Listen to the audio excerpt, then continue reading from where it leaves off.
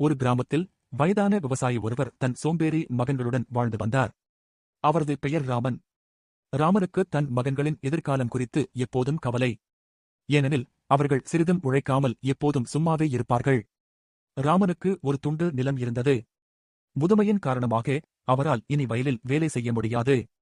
அவர் தன் மகன்களை உழைக்க வைக்க ஒரு தந்திரம் செய்தார். ஒருநாள் தன் மகன்களை அருகில் அழைத்தார்.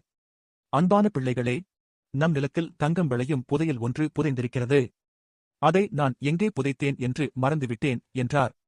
மகன்கள் ஆச்சரியத்துடன், அப்படியா அப்பா?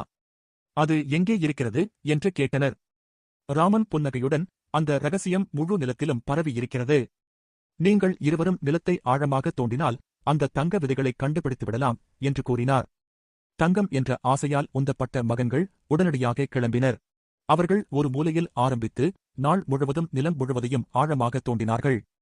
ஒரு சிறு தங்கம் கூட கிடைக்கவில்லை.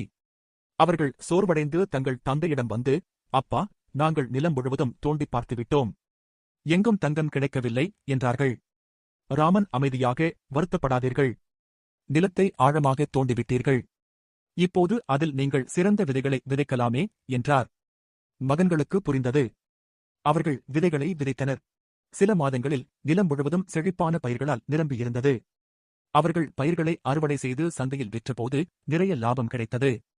அவர்கள் மகிழ்ச்சியுடன் ராமனிடம் வந்து, அப்பா, இப்போதுதான் எங்களுக்கு புரிந்தது. நிலத்தை உழாமல் உழைக்காமல் தங்கம் கிடைக்காது. எங்களின் நிலத்தை உழைப்புதான் உண்மையான தங்கம் என்றார்கள்.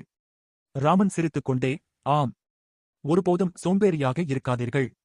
கடின உழைப்புதான் எல்லா செல்வத்துக்கும் திறவுகோல். உழைக்காமல் கிடைக்கும் தங்கம் கரைப்பட்டுப் போகும். உழைப்பால் கிடைக்கும் லாபம்தான் நிலைத்து நிற்கும் என்று அறிவுரை கூறினார். நீதி, உழைப்பு